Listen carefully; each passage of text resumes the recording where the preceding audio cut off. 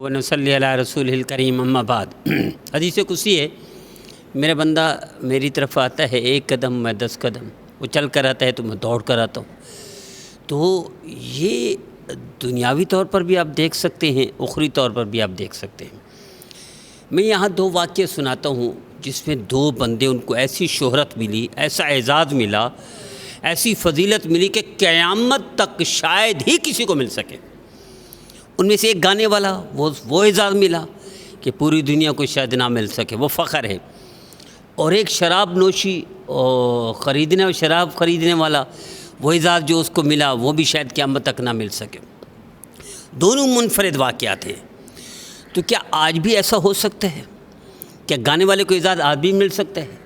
کیا شراب نوشی کرنے والے کو یہ فخر اور سعادت آج بھی مل سکتی ہے؟ تو کیا اللہ یہ کس کو دیتا ہے؟ یہ اعزاز کس کو دیتا ہے؟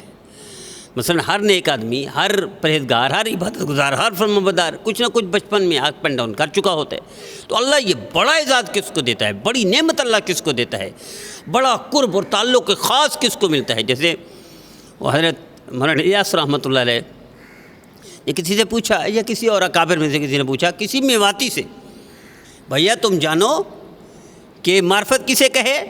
تو اس نے کہا اور تو میں نہ جانوں، لیکن میں جو جانوں یہ ہے کہ کسی سے الیک سلیک ہو، کسی سے جان پہچان ہو اور اس سے کام پڑ جائے تو وہ انکار نہ کر سکے، یہ ہے معرفت۔ اللہ یہ ہمیں سمجھا دے، یہ معرفت اللہ ہم سب کو عطا فرما دے کہ اللہ سے اتنا تعلق ہو جائے۔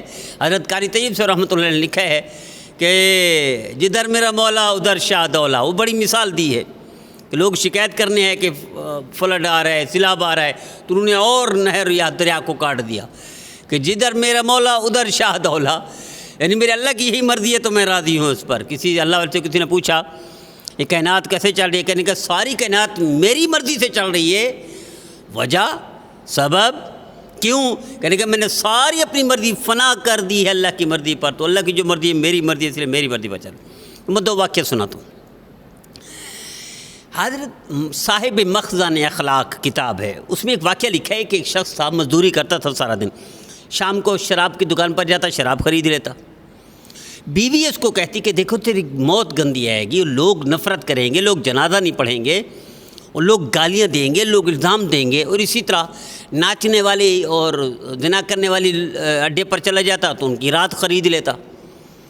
تو بیوی ان سے اختلاف کرتی، وہ کہتا دیکھ لینا میرا جنازہ، تو کہتے نا جنازہ کوئی نہیں پڑھے گا، میرا جنازہ وقت کا بادشاہ پڑھے گا، وقت کے وزیر مشیر پڑھیں گے، وقت کے تمام اولیاء اللہ پڑھیں گے، اور بڑے مقربین پڑھیں گے، اور ساری دنیا کے بڑے دنیاوی اور اخروی اعتبار سے پڑھیں گے۔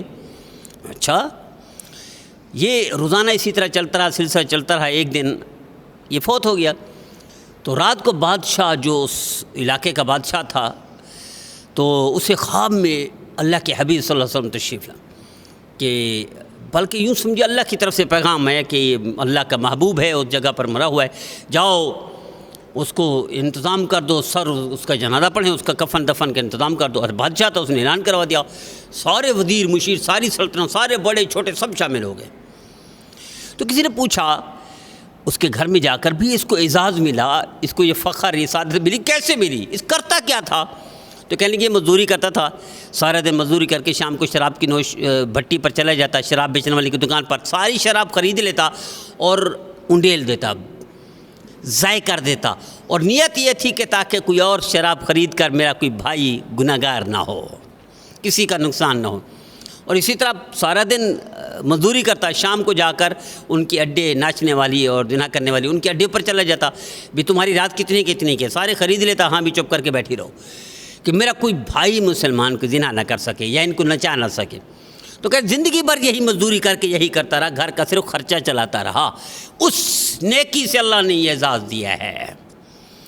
آئیے ہم واقعہ سناتے ہیں جو یہ ایشیا کا، یوں سمجھے فخر ہے، انڈیا کا، بنگلہ دیش کا، پاکستان کا۔ اس کے ایک جہاز گرتا ہے آسٹریا کا، اور اس میں فٹ بال کی پوری ٹیم، پوری قیادت اور پوری مینجمنٹ، کوئی خبر نہیں چھپتی دنیا میں، انٹرنیشنل میڈیا میں چھوٹی سی 2 کالمی اخبار میں، ڈان اخبار جیسے پاکستان کا ہے، یہ اسی طرح چھوٹی چھوٹی خبر چلی۔ اس کے کچھ دنوں بعد رشیا کا ایک جہاز گرتا ہے جس میں ایک کرنل ہے، ایک کیپٹن ہے اور چھوٹے لینس نائک ٹائپ کے مرتے ہیں. خبر نہیں چھپتی بین الاقوامی میڈیا میں. اسی طرح ڈان خبر میں بھی چھوٹی سی، ڈان اخبار میں چھوٹی سی خبر چلی. اس کے 6 یا 7 دن کے بعد ناکام طیارہ JTR PIA یہ چترال سے اڑتا ہے اسلام آباد آنے کے لیے، راستے میں ایبٹ آباد میں گر کر یہ تباہ ہو جاتا ہے. اس میں ایک شخصیت ہے جو پورے پاکستان کی سب سے بڑی ٹھیکیدار، کوئی نہیں جانتا. اس میں ایک ڈاکٹر تھا، اس کو کوئی نہیں جانتا. اس میں ایک کیپٹن تھا، اس کو کوئی نہیں جانتا. اس میں ایک اسسٹنٹ کمشنر تھا، اس کو کوئی نہیں جانتا. اس میں باقی مالدار بھی لوگ تھے، کوئی نہیں جانتا. کسی کا نام تک نہیں کسی کو پتا. یعنی وہ شعبے جو میرے بہن بھائی سوچتے ہیں ہمارا بیٹا بن جائے، وہ سارے شعبے کا ایک بندہ موجود تھا. راج ٹپکتی ہے میرے بھائیوں کی، میری بہنوں کی. میرا بیٹا اسسٹنٹ کمشنر ہے، میرا بیٹا ڈاکٹر ہے، میرا بیٹا ٹھیکیدار ہے، میرا بیٹا مالدار ہے. وہ سارے تھے، کوئی نہیں جانتا. اس میں ایک اللہ والا تھا، گانے کو چھوڑ کر، گانے کی دنیا کو چھوڑ کر اللہ کے راستے میں آیا، دنیا کو چھوڑ کر نبی کے سلسلے کی تابعداری میں آئے. اس کا نام جنید جمشید تھا. یہ خبر جنگل میں آگ کی طرح پھیلی، پوری دنیا کا میڈیا کئی مہینے تک چلاتا رہا. آئیے یہ اعزاز کیا ہے اس کا یہ اعزاز. ایک پہلا اعزاز شراب نوشی کرنے والا ہے، ایک گانے والا.